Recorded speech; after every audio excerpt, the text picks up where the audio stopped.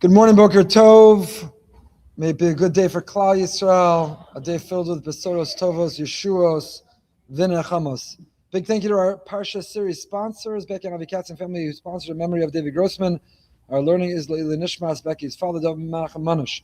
This morning's shir is sponsored by Sharon Wenger and Jonathan Wenger in loving memory of their dear husband and father, Bruce Wenger, Dov Ari Ben Yisrael, on his upcoming 10th year Yurtzeit, Neshama Shelav and Aliyah, and by the Ellis family in loving memory of Zisha Ben Shlomo Lev, Stephen Ellis on his first year outside his Neshama Shelav and Aliyah as well. As always, a big thank you to all of our sponsors. We have the privilege of reading two Parshios this Shabbos and therefore learning two Parshios today. If you like one Parsha, you're going to love to. Vayakhel-Pekudei, page 516. We're going to try to hit on both, try to make our way through some Divrei Torah on both Vayakhel and Pekudei. Of course, all of our learning, we're very much thinking of our brothers and sisters in Israel. Should be safe and secure and strong.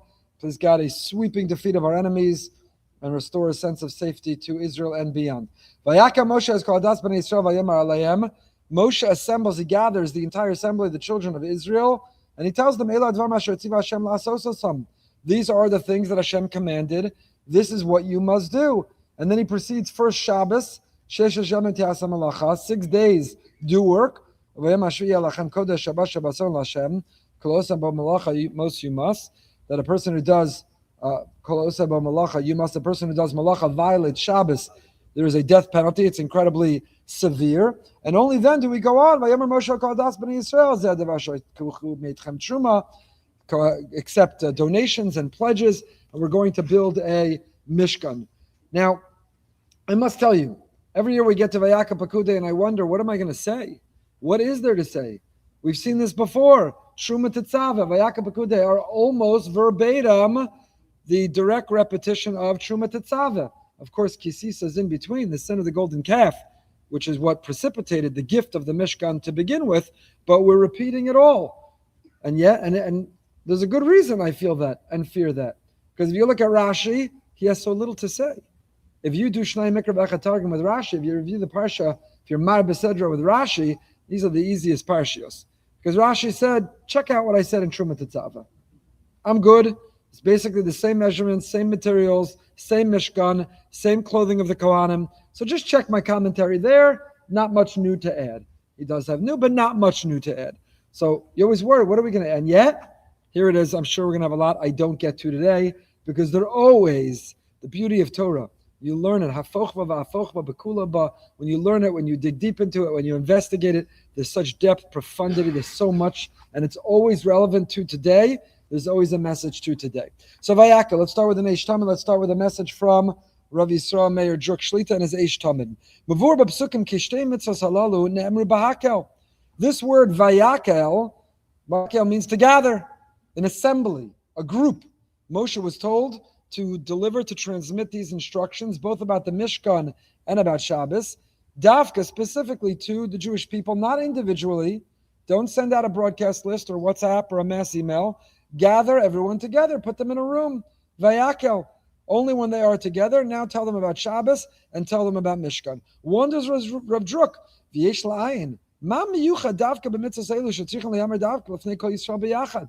What is unique or specific about these two mitzvos? Why not gather us all to tell us about Shatnez? Why not gather us all to tell us about Pesach? Why not gather us all to tell us about Kilayim? Why specifically the mitzvahs of Shabbos and Mishkan? Uvayalkut, so Rav Druk quotes the Yalkut, the Medrash. Vayakhel Moshe, Rabbi Seinu Balei Agada Omer, Mitchila Sofa, from the beginning of the Torah all the way till its end, Ein ba Parsha Shenemar Beresha Vayakhel. There is no parsha that says Barosha in the beginning, the word Vayakhel el Zos Bavad. This is the only parsha in the Torah. And by parsha, it doesn't only mean a parsha as in what we read on any given week. It means a section, a chapter, a unit. This is the only unit of Torah that is introduced with the word Vayakhel. Go gather. Amar Kadosh Baruch Hu, Aseh locha kehilos gedolos. Go create big community. Udrosh lefneim barabim hilcha Shabbos. And darshan. Gather a big community and teach the laws of Shabbos. So that communities will learn for generations to come the value of community. I'm tempted to stop here and tell you how I really feel, but I won't. But here, implicit in this medrash and the message at the beginning of our Parsha is the notion of hakel, of a kahal. There's a concept of a community. Not everyone making Shabbos for themselves, not every other house being a private shtibel, not everybody maintaining their COVID minyan 6 years later, not everybody doing what's comfort and what's convenient. But you see from our very inception, you see when we were already in the desert, there is a value, there's a concept called a kahal, a community. There's a concept of community. Community transcends. Community is much bigger than the sum of its parts. The idea of a community gathering, of a community caring, of a community that's loyal, of a community that learns together, of a community that davens together, a community that advocates and fights together, of a community that learns together. So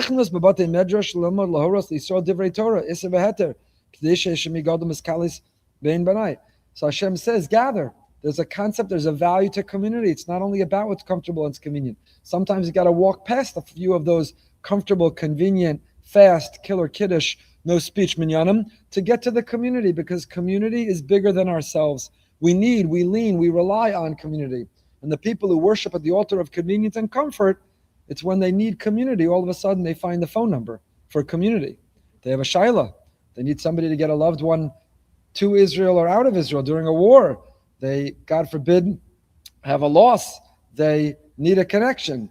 Community has a value, not only in the time of distress or crisis or need. Don't wait for them, because maybe the community that you haven't been part of won't be there for you. But community has a value when you're part of it, even when it's not comfortable and convenient, because you care about it, because you're part of it, because it means something, because you contribute, you participate, you practice, you're part of it. That's where, when the Jewish people, when Klal Yisrael are going through something, you feel connected. That's a place that is making a difference. Okay, enough of that. So that's a kahal. Enough of that. Vayakhel. So this is the only part. A kahal, the idea of a kahal, of a tzibur, it's bigger. HaKadosh Baruch Hu is telling Moshe Rabbeinu, Aseh lecha kehilos gedolos. Don't make Shabbos for yourself. Make significant communities, meaningful communities, communities that connect, communities that collaborate, communities that combine, communities that complement. Udrosh lefneim, and learn this. We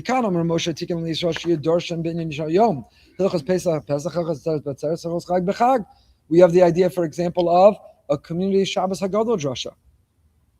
The idea of a community saying, we're going to take something on together. We're going to learn. We're going to feel challenged. We're going to grow. We're going to be a community working on something together. We learn the laws of Pesach before Pesach, and the laws of Shavuos before Shavuos, and Sukkot before Shavuos.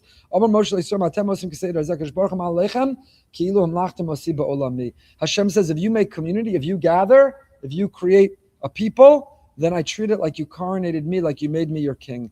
Everybody's doing their own thing. Everybody's local. Everybody's making their own Shabbos. Everybody's doing what's convenient. Hashem says, yeah, hi, I don't know where I go. I don't know who's connected to me. I don't know where I belong. I don't know where I fit in. It's when we connect, when we create community, that he feels, I know you've come to invite me. So you see from this Yaakov, it says Rav Druk, the laws of Shabbos are meant to be transmitted and communicated to community. Generations to come will understand. Community has a place for women. Community has a youth department and a teen department. Community has outreach. Community has Israel advocacy. Community has space and room for everyone. Community has support groups and chesed. Community is critical from the very inception of the Jewish people. But specifically, again, why now? Why Shabbos? Why Mishkan? V'nira levar. And here's where Rav Druk has his insight. Shabbos and Mishkan. Why Davka when it comes to observing Shabbos and building the Mishkan?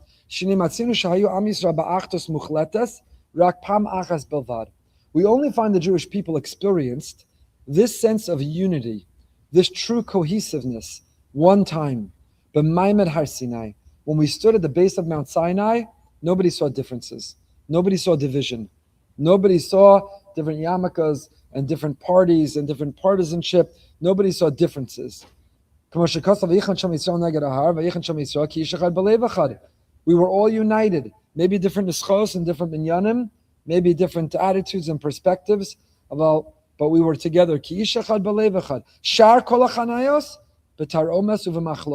Every other time we encamped in the desert and beyond, we fought. We fought bitterly. We were competitive, and we blamed, and we criticized, and we condemned. Why was that? Because the prerequisite to receiving the Torah is being united, is being together. You cannot receive a Torah if the Torah is going to be weaponized. If the Torah is a weapon to criticize and condemn and knock down, then you're not worthy to receive the Torah. The prerequisite to receiving the Torah is a sense of unity, is a sense of love. That's not uniformity, just to be clear.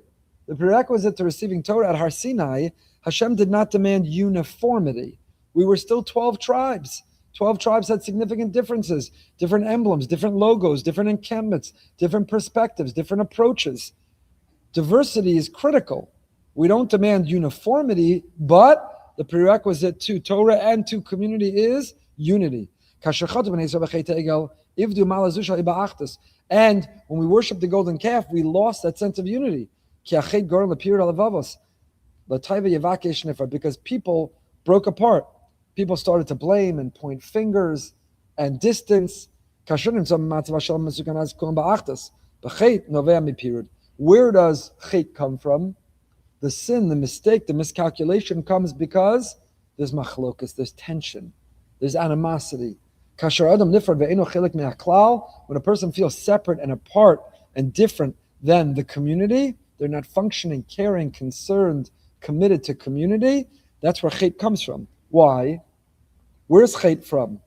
Chait comes from ego, comes from selfishness. But I want this, but I need this. But it's what I like, it's what feels good, it's what I want. I want to look at that, I want to say that, I want to eat that, I want to go there, I want to do that. Chait, mistakes, miscalculation, indiscretion, it comes because the ego has kicked in. We're choosing what feels good, feels right, what we want, rather than what HaKadosh Baruch Hu wants. And when a person is able to be committed to a sense of unity, what they're saying is, it's bigger than my ego. It's not just about me. I set aside my ego for that which is bigger. I'm willing to be, as we spoke about last Shabbos, I'm willing to be Moser Nefesh. Moser Nefesh. When Moshe Rabbeinu screamed, Mila Shem Elai, this was the Chavetz Chaim's message to Rav Schwab. Mila Shem Elai, says the Netziv, is not just, who's a good boy, who's a good girl, who didn't participate in the Egel. It's Mila Shem, who chooses Elokus over ego, who's ready and willing to be Moser Nefesh. Moser Nefesh. Our holy soldiers on the front lines, they're Moser Nefesh. Moser Nefesh. It just occurred to me in my davening yesterday, and I started davening for them. We can picture, many of us know, many of us are related to, soldiers who are serving in the IDF, in Israel's Air Force, and they're heroes, and they deserve to be celebrated, and we're in awe and admiration and love and endless appreciation. But how many people are risking and serving, and Moser Nefesh in the highest order, we have no idea about. How many are in Iran right now, have been for the last 20 years and beyond, undercover, leaving their families, even having no idea where they are? There's a friend of mine, through our community, through someone here, who was in the Mossad and shares what he's allowed to of extraordinary rescue operations, and just told me a story 2 days ago. He had to go to a certain place to find a certain person. So why do you have to find him? Did you have to kill him? He says, I didn't kill him, I found him. Where was he? Couldn't tell you where it was, when it was, what personality he had to take out, what language, what dialect, what profile. Think about the Mesiras Nefesh. A person does that, no glory.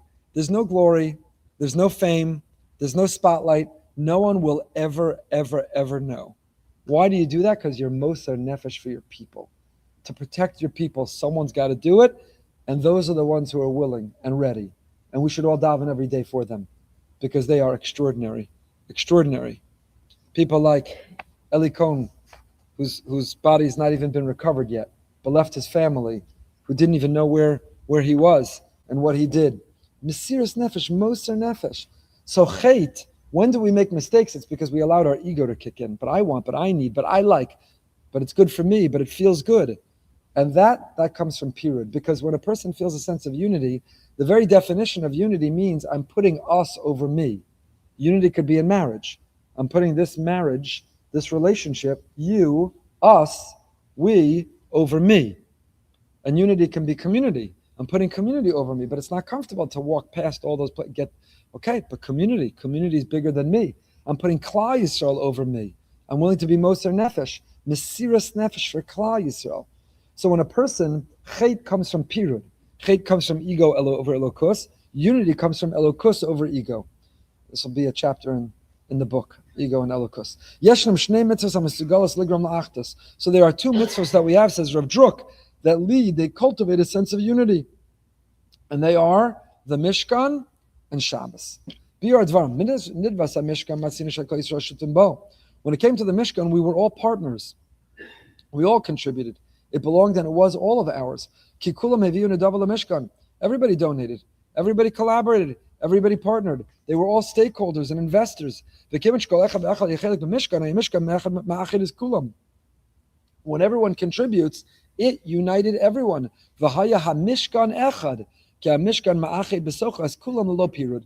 Because anyone who contributed felt this is our shared home. This is our place. This is where we all belong. It's what in our mikdash mat we're trying to create. Which direction am I pointing? To our expansion, to the new building, to what's going up.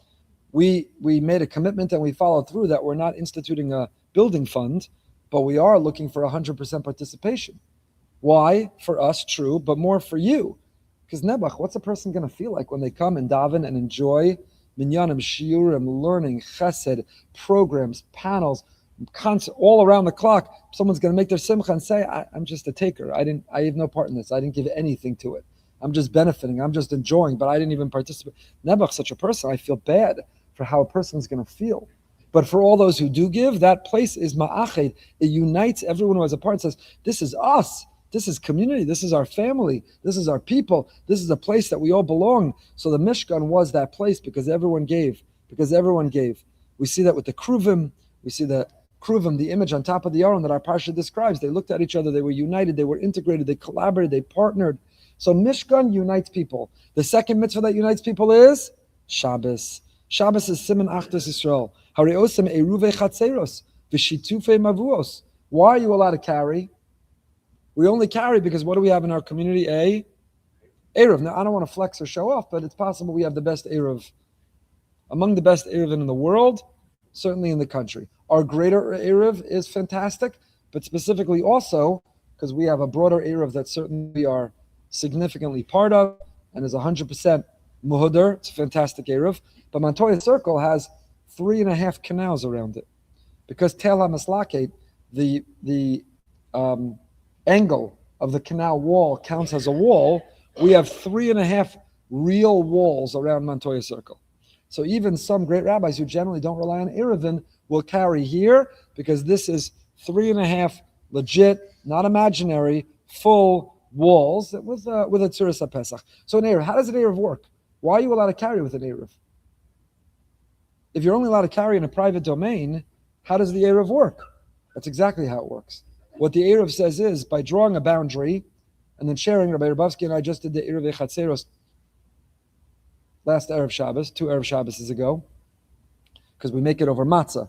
For those who have a minhag not to eat matzah a month before Pesach, we always do it before we bench Rosh Chodesh Nisan, and then we put out last year's Erev Chatzeros matzah at Shalashidus and all the shuls. Why do we do that? Because that matzah is owned by all the Jews who live in the Erev. And Erev Chatzeros means we lift those matzahs and acquire it on behalf of all the Jews who live in the Erev and who are destined, thanks to Mamdani and snowstorms, to move into that Erev in the coming year. So we lift the matzah on behalf of all those who live in the Erev. Why is co-owning matzah enable an Erev? Because what it says is, it's not just my backyard, which is my rishus. We drew a boundary. We have a string. We have walls. We have a boundary around this entire area. We break bread. We own matzah together. And therefore, we are all united. Everyone in this Erev, we are united. We are together. Shabbos, which is all about an Erev Tchumen, Erev Chatzeros, Erev Mavuos, it's all about unity and connection and bringing us together. That's what Shabbos is all about. That's when we gather to learn. That's when we connect. That's the holy Shalosh Shidduch. Me'ata yesh lomar. Since the Mishkan united us and Shabbos unites us, Shabbos 8 minyanim, but one campus. Shabbos we set aside differences and we come together. Let's daven together, learn together, have kiddush together, enjoy meals together, play together, laugh together, learn together. Shabbos fosters a sense of unity. Mishkan created a sense of unity, and that, says Rav Druk, is why these two mitzvahs are unique. The only parsha that begins, Vayakhel. And I could speak for hours just on that word, Vayakhel, as I started to do, but that's Hashem saying, kahal, kehilla, be a kehilla, be a community. It's a lost art in Klal Yisrael. There are so few communities left. There are shuls, there are minion factories, there are shtibels. There's a lot going on, and it's great. It's beautiful. We're davening more than ever. We're learning more than ever. There's a lot of wonderful things about it. But even within those, we must focus on creating community, a kehilla. Kehilla. What does it mean to be a kehilla? It's not for the parsha class, but what does it mean to be a kehilla? How is a kehilla different than a minion factory? How is a kehilla different than a daf yomi factory? How is a kehilla different than a killer kiddush factory? What is kehilla that's bigger and different and transcends, and that's worth it, and that's important, and that we should be willing to be moser nefesh for? That's the opening word, Vayakhel. Hashem says, kehilla. Make and be part of a kehilla. It matters. It means something. It's important. It's important. Perek Lamed Pasuk Chaf Aleph. Turn the page. This kehilla. Now we have the contributions, the solicitation, the construction of the Mishkan. Vayavo kol ish. Perek Lamed Hey Pasuk Chav Aleph. Vayavo kol ish asher nesa'u libo v'chol asher nadva rucho osa hivi trumas Hashem l'mlachas ha'moed l'chol v'dasul b'gdei kodesh. Every person who, what are the criteria? Heart inspired and spirit motivated.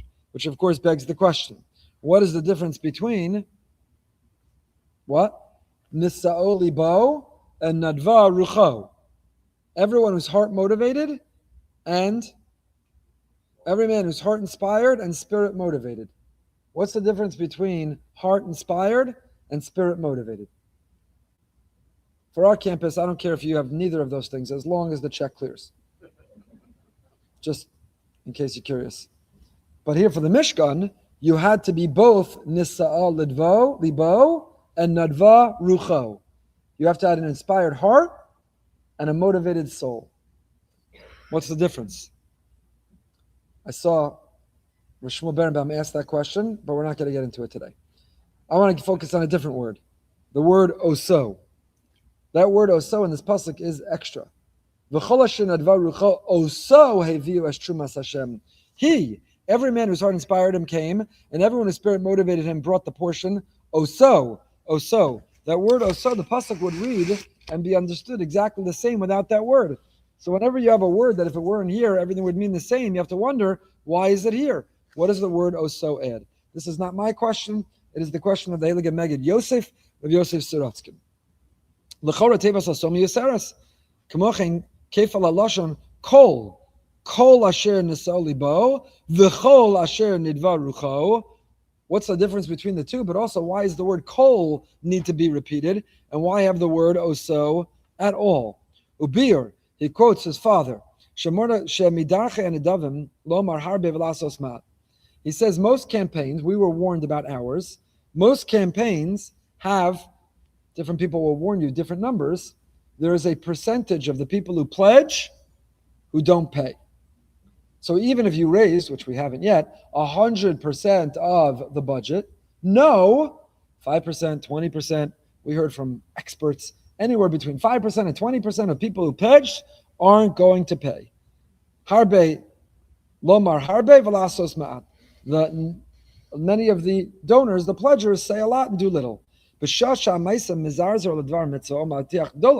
So when you have the big cause matching campaign, charity matching campaign, everybody's matching and meeting and speaking and names are going up and everyone's like, count me in and I'm in and I my pledge and I'm good to go. But when it's time to pay up the pledge, when Talia emails you from Israel and says, thank you so much, it means the world, we're so grateful. How is the best way we can collect? What is the best way you'd like to pay? Over how long? How? Then all of a sudden, silence, disappearance. Az yikmat yadav yistapik b'muat. All of a sudden, people close their fist. Kan mi'ida Torah shakol asher nidva rucho. Oso heviu. The Mishkan was the exception. B'diuk v'lahipilu me'uma. You know what their rate was? Donor pledge to collection, 100%. Says Rav Sorotzkin, that's the pshat.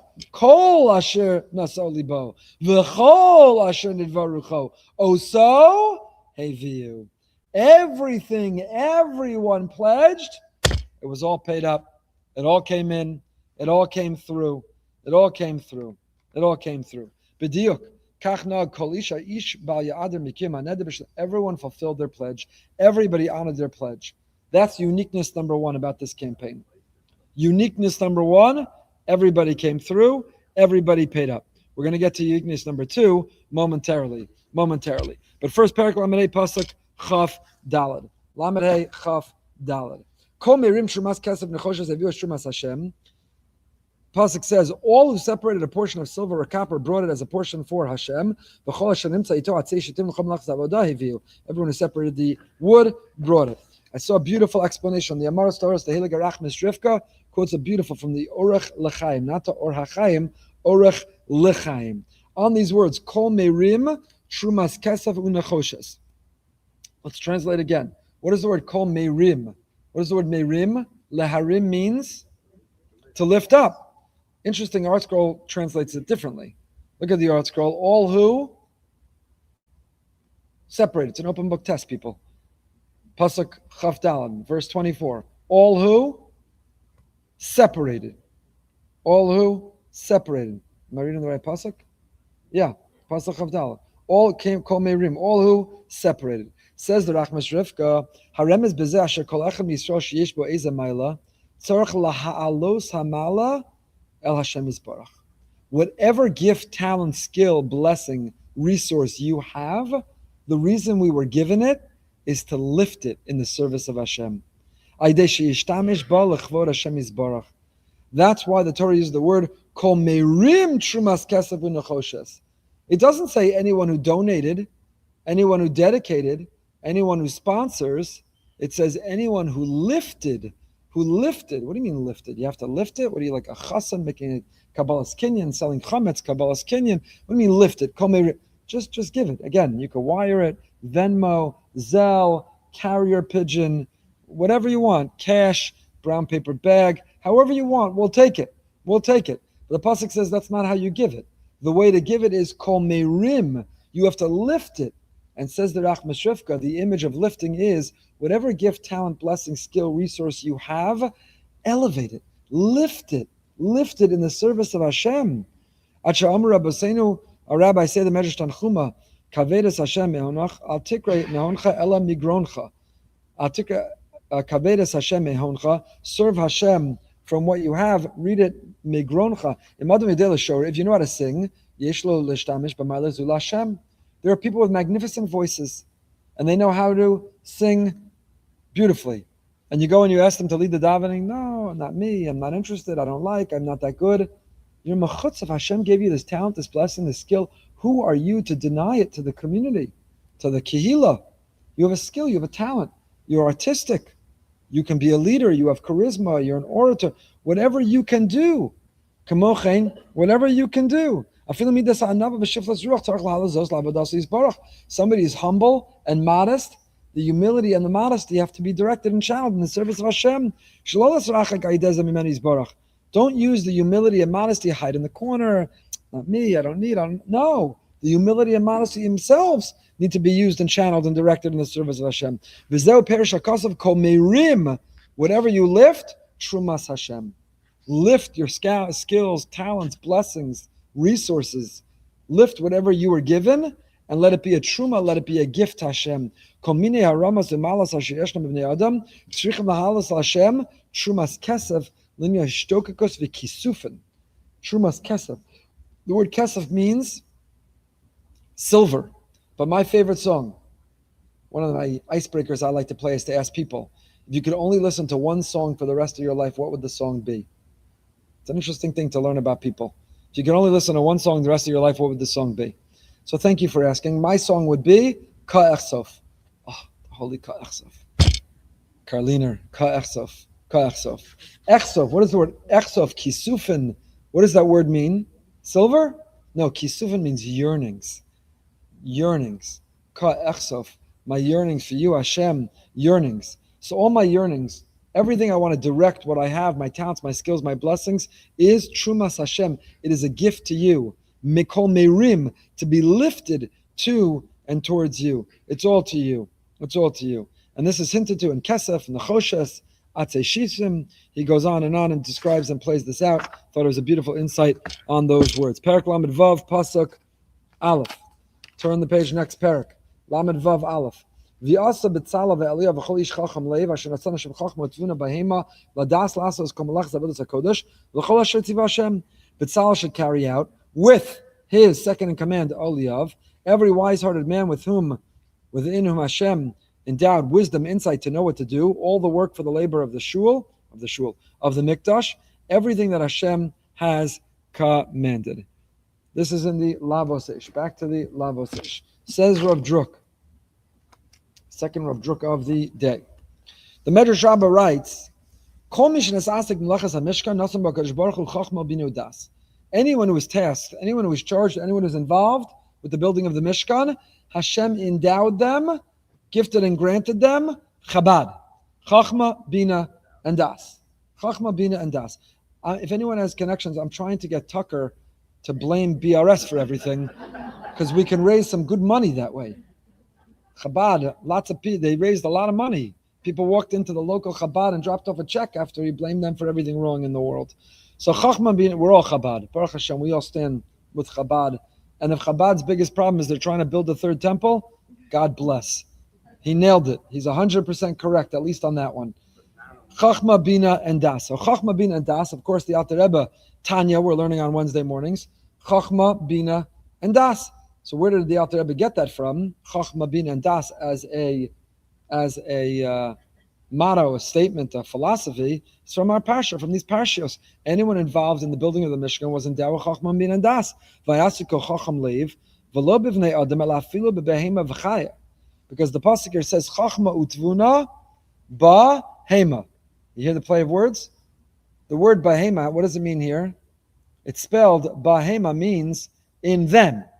But don't read it bahema in them, says the Medrash. Read it, punctuate it differently. Read it not bahema in them, but behema, an animal. Shenitna chachma ba'adam uve behema. That in the building of the Mishkan, Hashem didn't only endow the human being with Chachma, Bina, and Das. You have to differentiate what they are. For that, you got to learn Tanya with me or with anyone. What is the difference? Are they three synonyms for knowledge, for intellect? We don't have synonyms. There are subtle differences. What's the difference between Chachma, Bina, and Das? Not for now, but there are differences. Whatever those differences are, not only were human beings endowed with that, but says the Medrash, Bahema, Behema. Even animals were. Chazal darshan behema, afla behemas nitna das tuna lavodas hamishkan. Even the animals who schlepped the materials, even the animals whose hide we used for the materials, even the animal were endowed with Chachma, Bina, and Das. Wonders Rav Druk, why do I need animals to have Chachma, Bina, and Das? I understand the artists and the artisans. I understand the architects and the construction. I understand why we want them to have a spirituality, a holiness. We hired a design firm for our campus expansion. We have the architect. It's being built, as you can see. We hired a Haimisha design firm. And one of the things that attracted us to them was in choosing the decor, it wasn't just what's in, what's fashionable, what's stylish. There's a neshama to it. Maimar Chazal, what are the symbols? What is the significance? What's the Torah of this color? What's the Torah of that symbol? What's the Torah of that furnishings? What's the Torah of lay out the room in that way? There's a neshama. There's a neshama. Lahavdil. In other cultures, they call it feng shui, the energy of the room. We don't have feng shui, but there's a neshama to a room. There's a neshama. There's an energy. So I understand that Betzalel and Eliyav had to be endowed with Chachma, Bina, and Das. Hashem had to endow them with this divine wisdom and understanding and insight to bring that special skill to design. But the animals? What do I need the animals to have it? So listen to what Rav Druk says. The wisdom of Torah is different than every other wisdom and discipline in the world.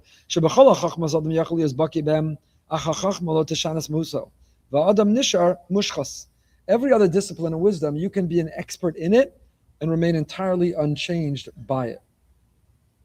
You can be an expert in it and entirely unchanged by it. Several years ago, I remember a story of a scandal. There was a professor. I think it was Harvard, but it might have been another one of the Ivy Leagues.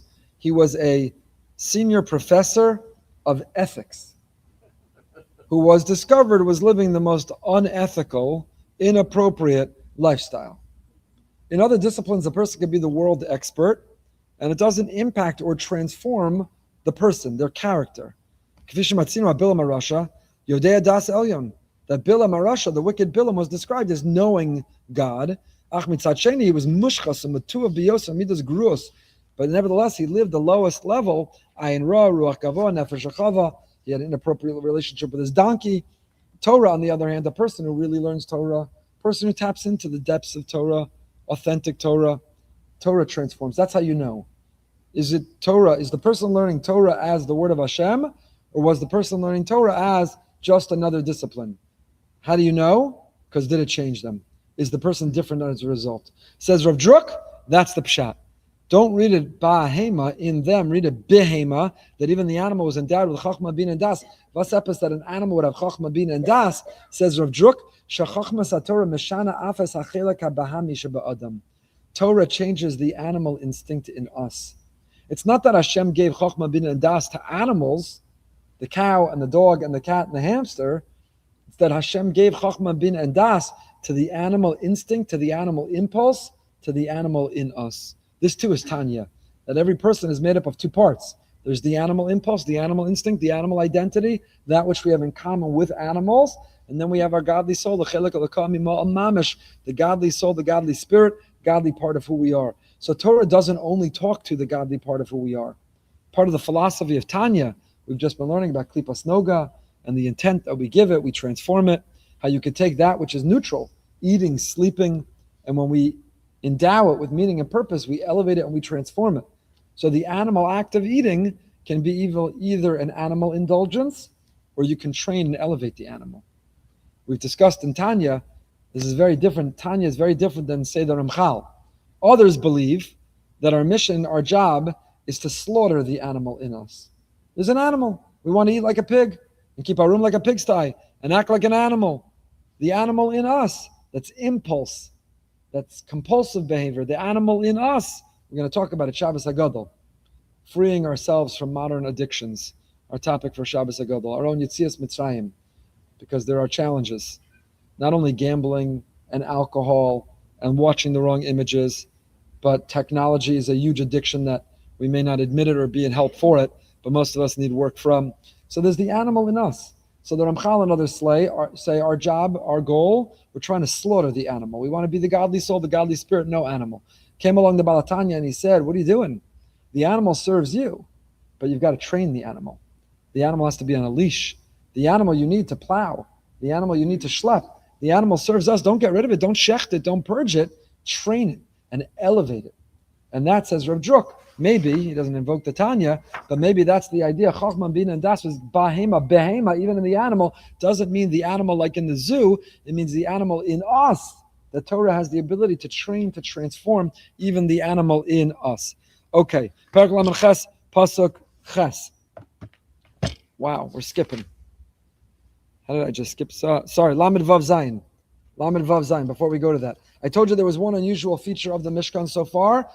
Feature number one of the Mishkan was, of this campus campaign, number one was that what? 100% pledges were paid. That was Neged Yosef of Suratzkin's first. Oso, Kol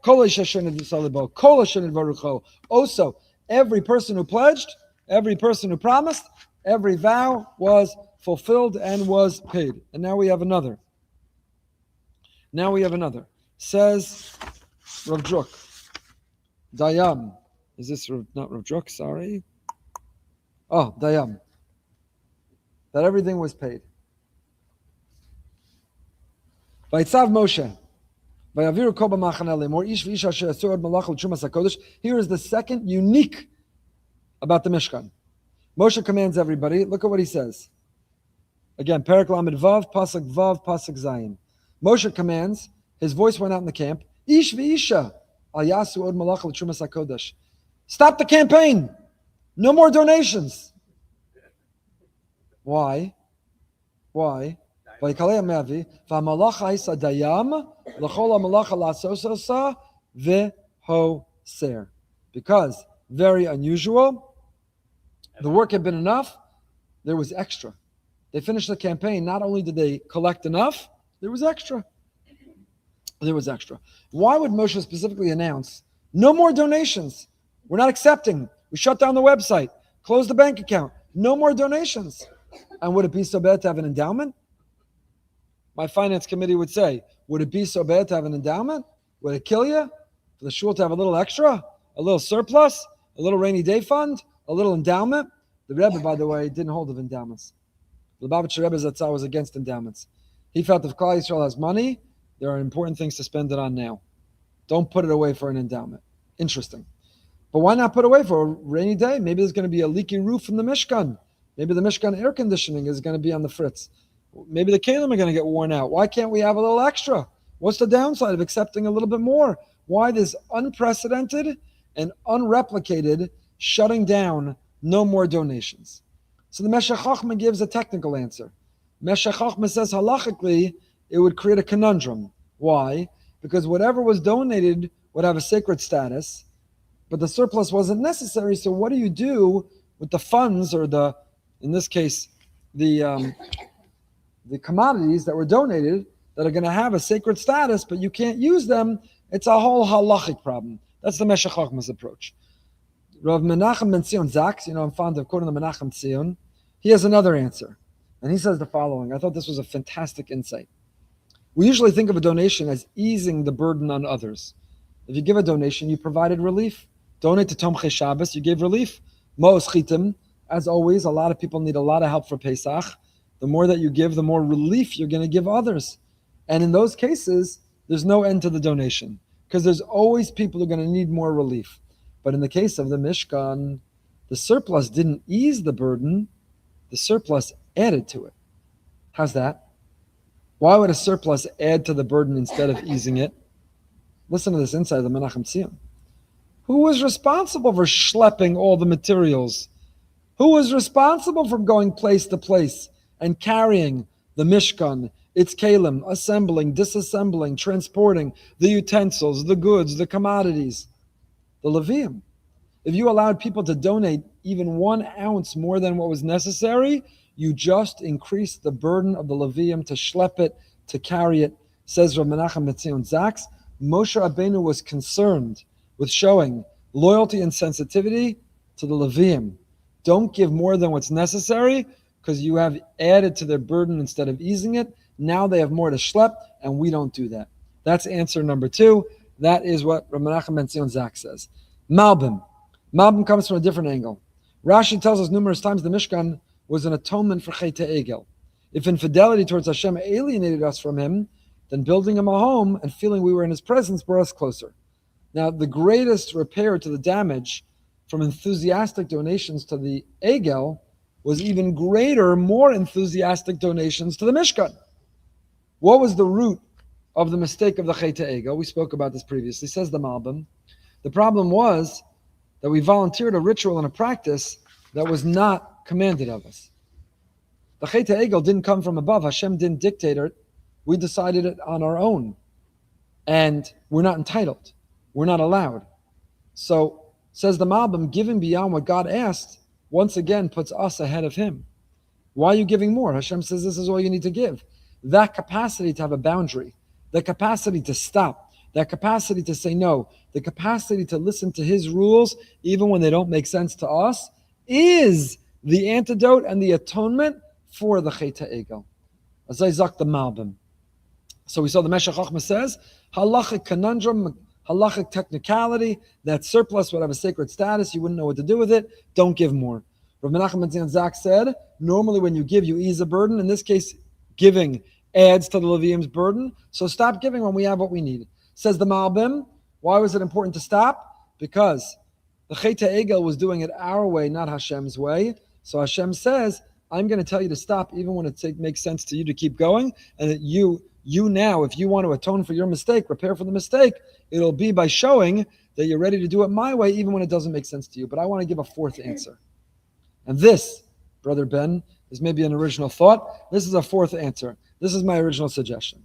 Pasuk says, "V'amalacha haisa dayam." The work was dayam. The word dayam, I might have told you this before. The word dayam comes from the word dai. What is the word dai? Enough. Enough. When Hashem created the world, the Medrash says the elements competed with one another for domination. The elements in Hashem's world competed. Who's in charge? Who's in control? Who is supreme? Who is supreme? Fire first wanted to rule. Water wanted to flood the earth. Dry land wanted to shrink the borders of the ocean. Each one wanted to live without limits. Each one wanted to dominate. Each one wanted to not be told what to do. So Hashem turned to all of his creation. And what did he declare? Die. And in fact, this is one of God's names. Just like Hashem's other names we don't pronounce, we say Shakai because we don't want to pronounce it. But for the purposes of learning, Shaddai is one of God's holy names. It's on the outside of your mezuzah. Shaddai. Where does it come from? Sha'amar la'olam dai. God's name is Shin Dalad Yud because he said to the world, Genuk, enough. Boundaries, stop sign, enough, enough. In many ways, the Mishkan, we're taught, is a microcosm of the world. The creation of the Mishkan parallels the creation of the universe. How we define how we keep Shabbos, which commemorates creation, by what was creative labor that went into the building of the Mishkan. So maybe the message of Moshe is that even when it comes to the building of this holy dwelling place for Hashem called the Mishkan, there's a time that we have to learn to say, die, that we have enough. There's a value in recognizing that we have enough, and even in realizing we've contributed enough. V'amalacha haisa dayam. This project was finished. The goal is complete. Moshe is telling them, be proud, be comfortable, move on to the next phase and the next job. That a person has to have the capacity to say, I'm satisfied. I could be proud. I could lean in. This is complete. What's my next challenge? What's my next mission? Yes. But when it came to this one, die. Hashem maybe is, again, conditioning the critical importance of that. Chazal and Kol Ezra highlight there's a basic human quality. Mishiyesh lamana rotza masayim. If a person has 100, we want 200. We're never enough. We're always hungry. Insatiable appetite, drive, ambition. Now, those are good qualities. Ambition, aspiration, determination, they're good when they push us towards greatness. But sometimes they come at a cost. And what's the cost? The insatiable appetite, a voracious need for more, for the latest, for the newest, for the best. It robs us, it denies us of serenity and of happiness, and it distances us sometimes from what matters most. When do we really set ourselves free? When we have the ability to say, die, I have enough. These were slave nation. This group who left Egypt were slaves, they had nothing. And now they needed to learn how to say, die, enough, genuk, genuk. Now this is a very familiar word to you because not too long from now we're going to be singing it. It's a very popular song. Die, dayenu. Why do we sing die? We don't just sing dayenu. We sing die, die, dayenu. Die. Because dayenu is, it would be enough. None of those things would have been enough. It would have been enough, each of them, to say thank you to Hashem.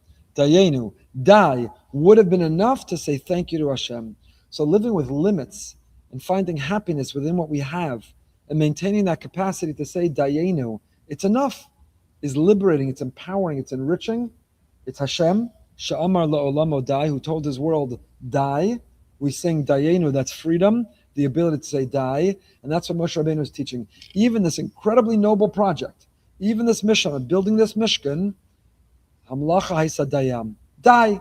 We have the ability, even with this, to say, die. For now, die. And that is a very, very important and very lofty idea. Okay, let's move over to Parshas Pekudei, which we didn't even start. Laman Ches Chaf Aleph. I can't believe we didn't start. Ele Pekudei HaMishkan. These are the accounting of the Mishkan. Oh, we've spoken so much in the past. The accounting, what went right, what went wrong, and so on. The last Parsha of the book of Shmos. With this, we end Chazak. Just when Klal Yisrael need a Shabbos Chazak, we get a Shabbos Chazak.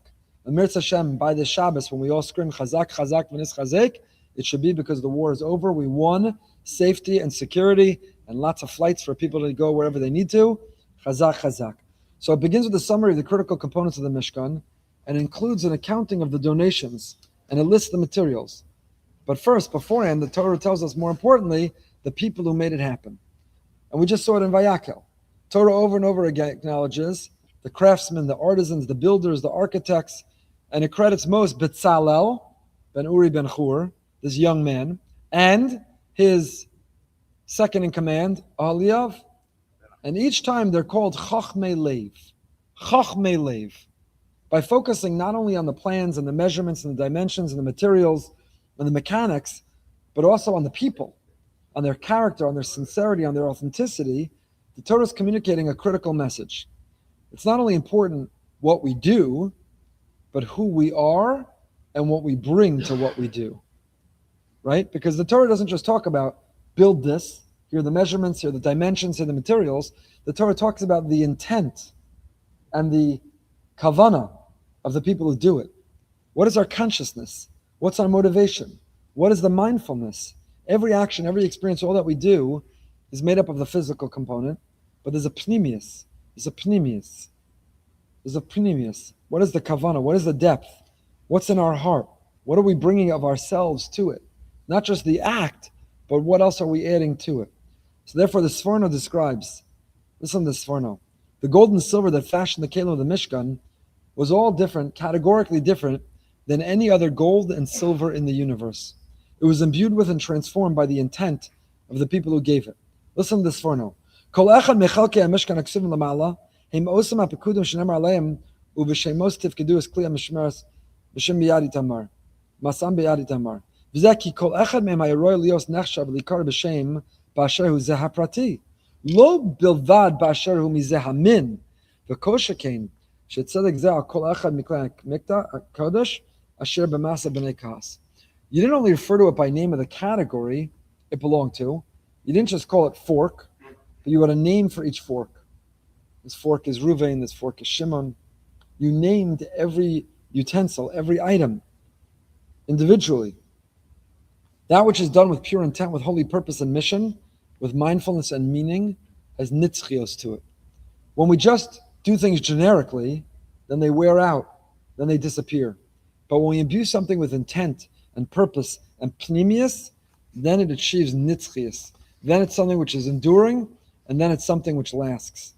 The Mishkan is built from the donations of these recently poor slaves. And they got this wealth in the desert and at the sea.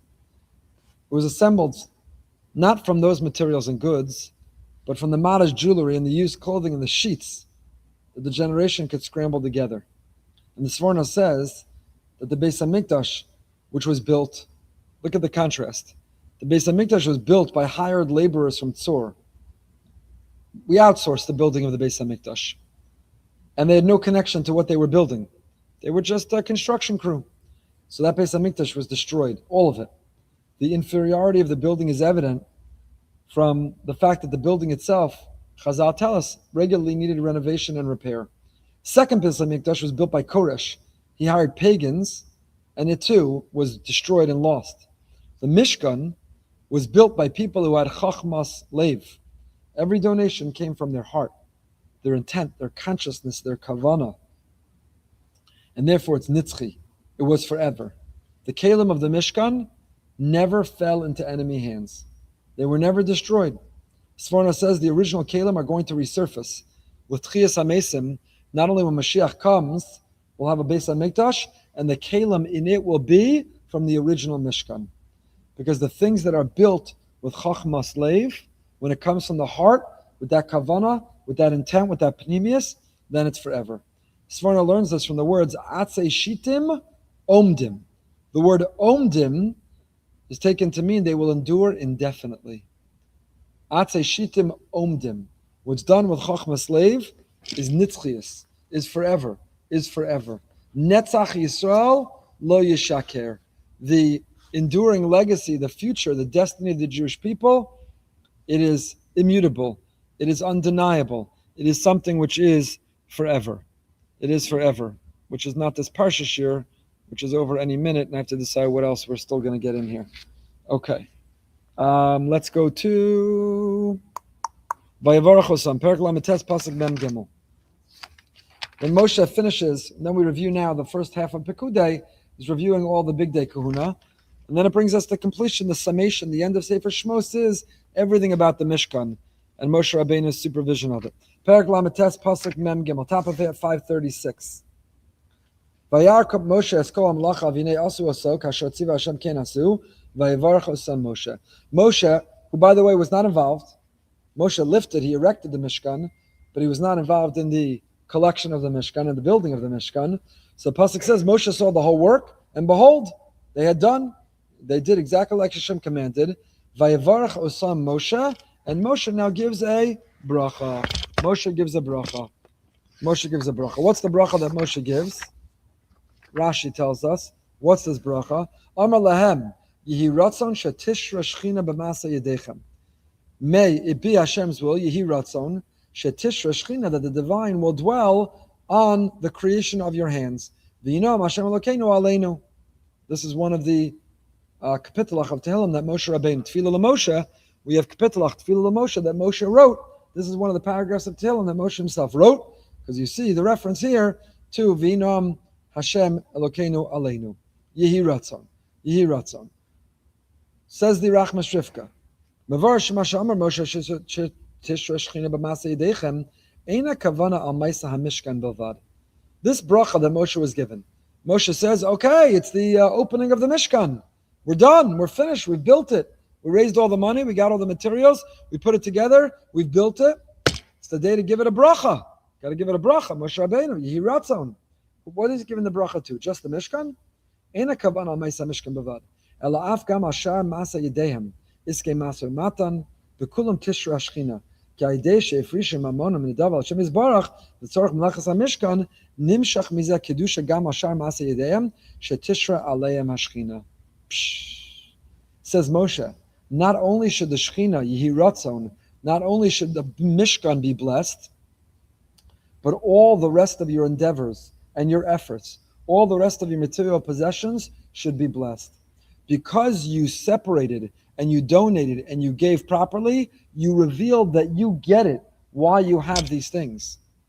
By allocating and dedicating, by giving from what you have, you elevated even what you're still holding on to. And therefore the blessing is chap. The blessing is relevant not only to the Mishkan, but the blessing is relevant to everything. Just like Trumas and Maestros. When you separate and tithe a portion of the produce, that's what permits the personal use of the produce. So when a person gives tzedakah, when you donate, when you allocate, when you give, you've now rendered permissible everything that you still hold on to. And it's equally holy.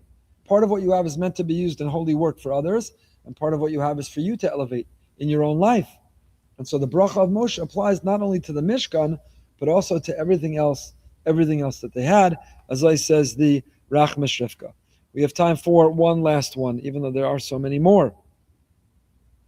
So I'll tell you, B'chol Masa'ehim, very end, Perek Mem Pasuk Lamed Ches, the very end of Sefer Shmos, page 540.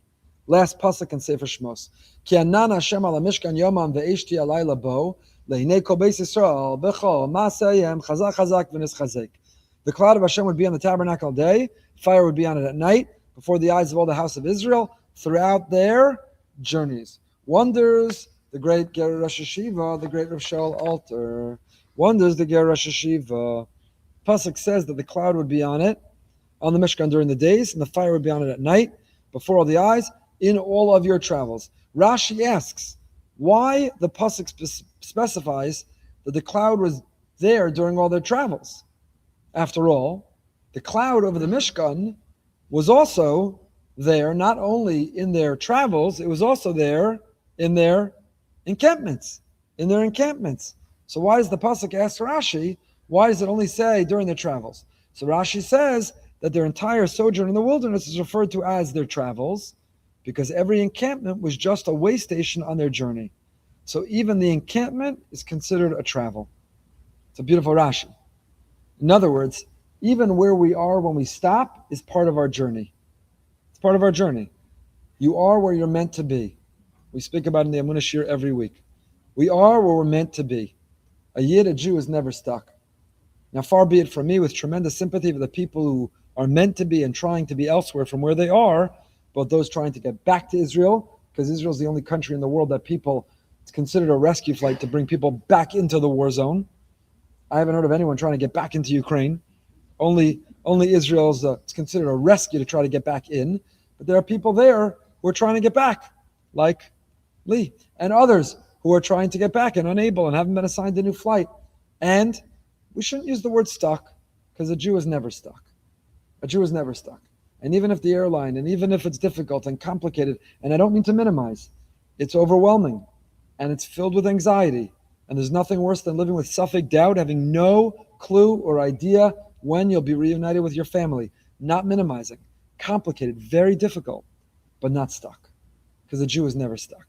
We are always all where we are meant to. You think Allah's in charge? You think the government's in charge? You think Taba and Egypt and Jordan, every new company, because every Jew is always trying to make a buck, who just opened a business to get you where you want to go through whatever hostile country, you think they're in charge? None of them are in charge. You have to take your initiative and effort, fill out every form, use every form of protection you have, but in the end of the day, it's the Eibishter who's in charge. And a Yid, a Jew, is never stuck, and everyone is where they're meant to be until where they're meant to go next. So therefore, even where you are in your encampment is also part of the journey. That's why, even though the cloud was over them, even the encampment, not only during the journey, we call the encampment a journey because every encampment is also a journey. Every time we're stationary, every time we're so-called stuck, every time we're even encamping, that too is a journey. So says Rav Shaul Alter, we finish with this. If all was included, then isn't it just as reasonable to look at it the opposite way? Why did the Torah decide that the encampments would be included under the umbrella of travels? Why not that the travel should be included under the umbrella of encampments? Pasuk could have said, before the eyes of the entire house of Israel, in all of their encampments. Why does it say in all of their journeys? Says Rav Shaul Alter, Torah is teaching a lesson. That is, this world is not a place of encampment at all. Even the stations of our life are also just way stations in our journey to the next world. They're all included under the umbrella travel. We're moving through the outer courtyard in order to reach the palace. Like the Mishkan in Pirkei Avos, Olam Hazeh L'Chaklin, we're just trying to get through. We're just going through. The courtyard of the Mishkan refers to a Yid's job in the world to attain fear of Hashem. So we're just getting through. So that's why even our encampments are travels. We think we're encamped in this world. I have a home address. I have an email address. I have a WhatsApp address. I have all these addresses. Even our addresses are also part of our travels because we're not at any of these addresses permanently. All these addresses are temporary. So even our encampments and addresses are called journeys because they're all part of the greater journey called life. We barely got into Vayakhel-Pekudei. So much more to say. But we end here for now. May we hear Besaros Tovos Yeshuos, the Nechamos. Have a great day.